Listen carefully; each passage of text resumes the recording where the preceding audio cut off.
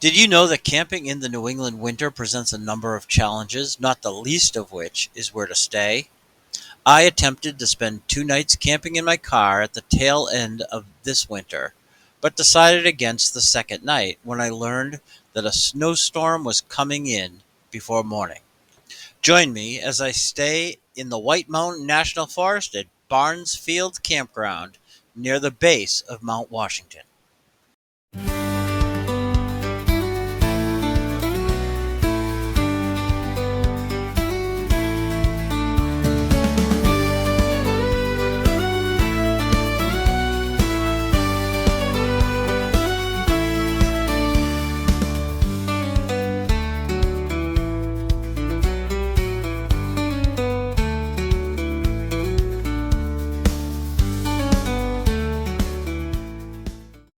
Located along Route 16, about 7 miles north of the Mount Washington Auto Road, you'll find the entrance to the Barnes Field Group Campground on the left. Crossing a bridge over the Peabody River, then past the Dolly Cop Campground entrance on the left, you'll take a right into the small group campground area, which is open year round. Before entering the campground, I recommend you stop at the information sign and pick up a recreation fee permit in envelope. You'll need this when selecting your site. This small campground consists of only 11 sites, and although from mid-May to mid-October you can reserve some of the sites, during the off-season it's first come, first serve only. But even in the winter, the pit toilets are maintained, and the hand pump was working while I was there. I'll cover both of these in just a few minutes. Occupied sites are identified by the permit being clipped to the post outside the campsite. But if you find a site that you like and it appears to be empty, check the date on the registration receipt. It may have just been left by the previous occupant. Once you've found the site you like, just fill out the recreation fee permit and clip it to the post. But don't forget to put either a check or cash into the envelope and deposit it into the Iron Ranger. The site's not yours until it's paid for. Why don't we take a quick tour around the campground itself?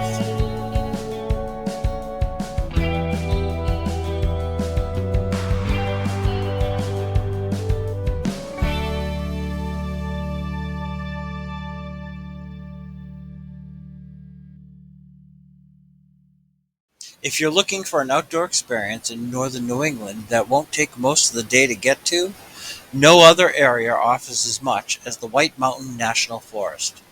Part of the National Forest System, it was established in 1918 by Woodrow Wilson under the Weeks Act of 1911. Although it's neither the first nor the largest national forest in the U.S., up here in the Northeast, it's significant in that of the 145 federally owned timberlands nationwide, only 2 are in New England, with the second being the Green Mountain National Forest in Vermont, which is half the size.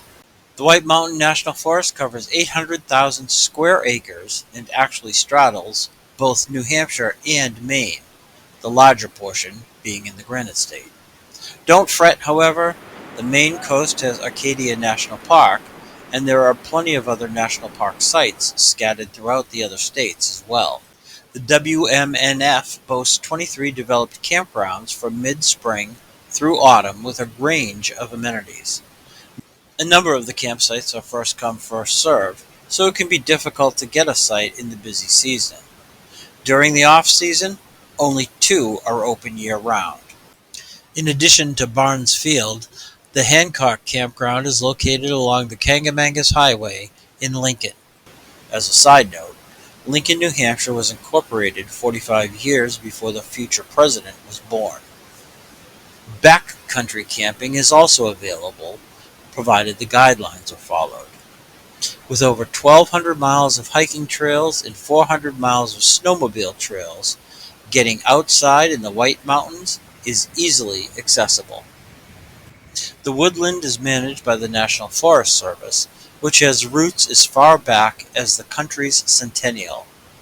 The main question being, are trees a natural resource belonging under the Department of the Interior, like national parks, or a commodity crop similar to wheat and corn, therefore belonging under the auspices of the Department of Agriculture. Despite the answer actually being both, since 1905 the Department of Agriculture has overseen the national forests and the associated service to assure the protection of the woods. If you're interested in booking a site, more information on the campgrounds can be found at recreation.gov. Now you know. Let's take a more detailed look at the campsite at the Barnes Field Campground. The sites are set back from the road, this being a group campground. They're large and flat, accommodating several tents. They're also well maintained and spaced, as well as plowed during the winter months. But make no mistake, this is rustic camping. There's no water or electric at the sites, and definitely no storage. As a matter of fact, there's no dump station either. It's dry camping, and an RV will need to bring in and carry out any of its water supply and waste. Each site is furnished with at least 2 picnic tables and a fire ring. Wood for burning can be brought in, but restrictions require the firewood must be purchased in New Hampshire. Bundles may be obtained at the nearest town of Gorham or stores along Route 16. I didn't notice any private stands along the ride, so go in prepared if you want to have a campfire. There was quite a bit of dry broken sticks on the ground for kindling, but not enough for a fire that will last into the late evening. The cost during the off-season was $18 per night flat rate. During the regular season, it's $50 per night for up to 10 people. The season starts this year on May 22nd. As mentioned previously, you'll need to pay this via the recreation fee envelope with either a check or cash. Credit cards are not accepted during the off-season, but can be used if booking online. However, an additional processing fee is added to the price. The maximum stay is 14 nights, irregardless of if you stay on-season or off-season. There's a 2-night weekend minimum, with Friday and Saturday needing to be booked at the same time. And there's also a 3-night minimum on holiday weekends, such as Memorial Day, Columbus Day, the 4th of July, or Labor Day weekend. Before we go into the amenities of Barnes Field, I'd like to share some history of the area.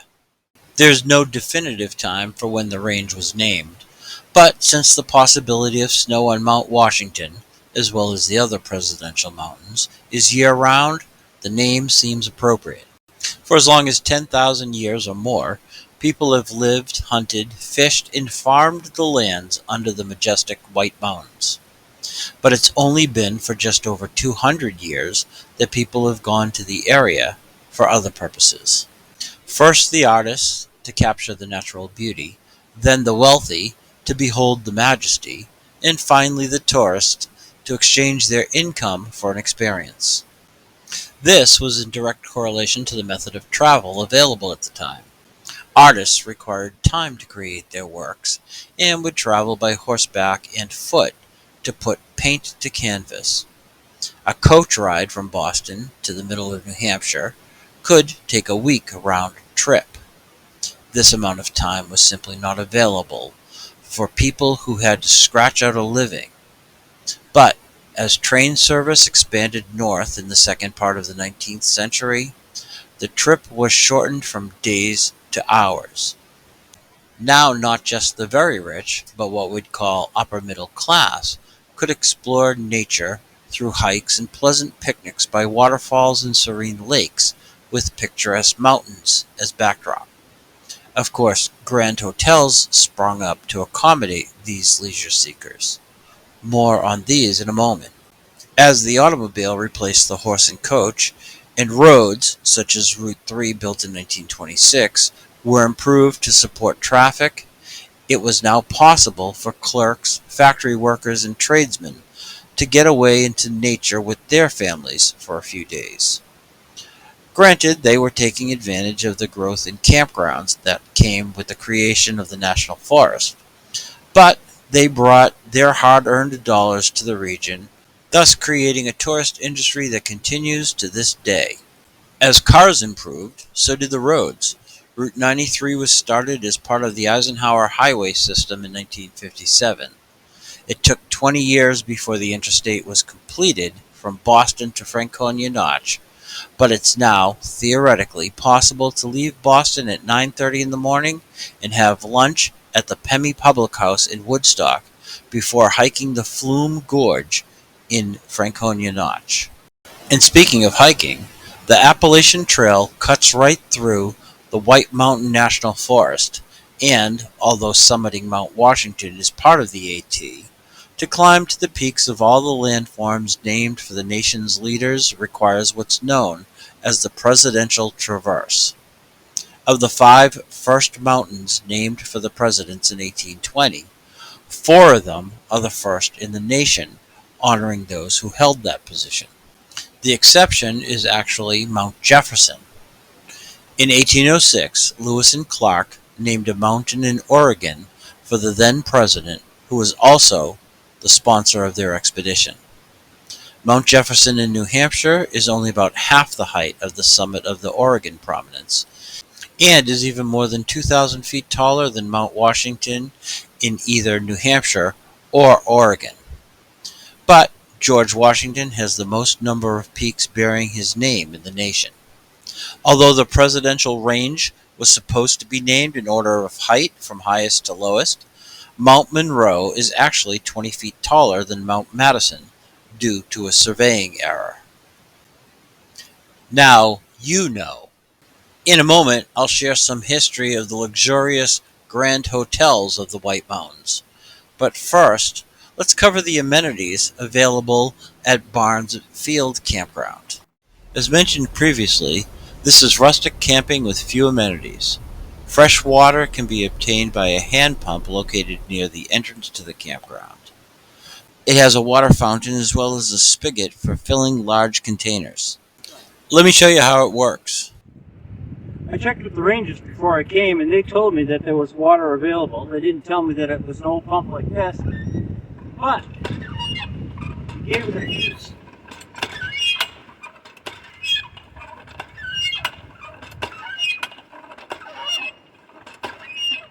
The water starts coming out of the bubbler. You pull this up, and you've got water from the well or your site. This may actually require 3 hands to operate, so bring a friend if you can. There's 2 two-room pit toilets on either side of the campground. These are well maintained with plenty of toilet paper available, but showed signs of weathering. However, they were clean, and with the toilet seat down, there was no odor inside. It should be noted that there's no shower on the grounds. However, during the regular season, a shower facility is available at the nearby Dolly Cop Campground. Along the road is a dumpster for trash, and located near the pump is a bear box where food waste can be placed to prevent any unwanted visitors during the night or while away. A brief history of the land shows that it was owned in 1861 by Miss Mary Barnes, which, as the name implies, was an agricultural field, indicating why it's so flat. Other than that it was used for planting, very little information is available on the field or Mary, but running alongside the entrance is what I believe to be Miss Barnes' Brook. Now you know. Let's go from the extreme of rustic camping to historic luxury hotels in the White Mountains. As the number of city folks made the trek into the mountains during the latter half of the 19th century, entrepreneurs recognized there was a need for places to stay and things to do. At first, local families such as the Crawfords or Dolly Cop would offer rooms and meals to the travelers, but as the influx grew, so did the desire for better accommodations. In 1850, there were only 3 hotels of any size in the area. By the turn of the 20th century, that number had increased by 900% to around 30. These grand hotels offered many of the same amenities and dining experiences as the finer hotels, such as in Boston or New York. And the people kept coming. until they didn't. Well, that's not quite true. 2 world wars, introduction of the income tax, and 10 years of depression all led to the decline of luxury hotels. Travelers' tastes changed, as did the tourists themselves. As blue-collar workers' wages increased and work weeks were shortened to 5 days under unions, these new visitors to the area could camp or stay in lodging that didn't offer as much in activities and finesse, thus carrying a lower price tag. By the turn of the 21st century, there were only 5 historic Grand Hotels left. These are facilities that can accommodate more than 200 people and offer all that one might expect from such an experience, such as concierge and room service, as well as fine dining. And then there were 4. In 2011, the Balsams of Dixville Notch closed under the auspices of renovation, but that work was halted and, although the golf courses remained operational, the building languishes and it's feared that it may be beyond salvaging. The oldest of the remaining hotels is the Mountain View, which opened in 1866. It closed in 1986, but was reopened as a resort and spa in 2002. These days you'll find a wind turbine on site as the hotel looks for greener energy options. The next oldest is the Wentworth Hotel, which is more of a luxury inn. Originally built by Joshua Trickley as a wedding present to his daughter Georgia and her husband General Marshall Wentworth in 1869. The General continued to grow the business. It closed in 1971, but was revitalized in 1982 and has remained open since. The Eagle Mountain House was originally built in 1879, but was destroyed by a fire in 1915. It was rebuilt, opening again in 1916. This resort offers a USGA 32-par golf course. There are claims that it's haunted, but that's a different video channel. In my opinion, the grand dam of them all is the Mount Washington Resort in Bretton Woods. Situated below the mountain itself, I've sat upon the back porch drinking an adult beverage and gazed up at the spectacular beauty of the highest peak in New England. Now open year-round, the majestic lady offers an easy access to the ski slopes in the winter and the hiking trails in the other 3 seasons. It's also just a short ride to the Cog Railway, but that's a story for another time. Now you know. Let's finish up with camping at Barnes Field. If you're looking for an outdoor experience that offers a throwback to what camping used to be like in the early 20th century, I recommend spending some time at Barnes Field Campground. I'd like to ask if you enjoyed this video, please like it by giving it a thumbs up. It really helps with my channel. Also, consider subscribing with the bell to be alerted to new videos I put out each week. You might consider sharing this video on your social media. I'd really appreciate it. And I'm happy to hear from you in the comments section. I try to answer every comment. Remember, get outside, and thank you for watching.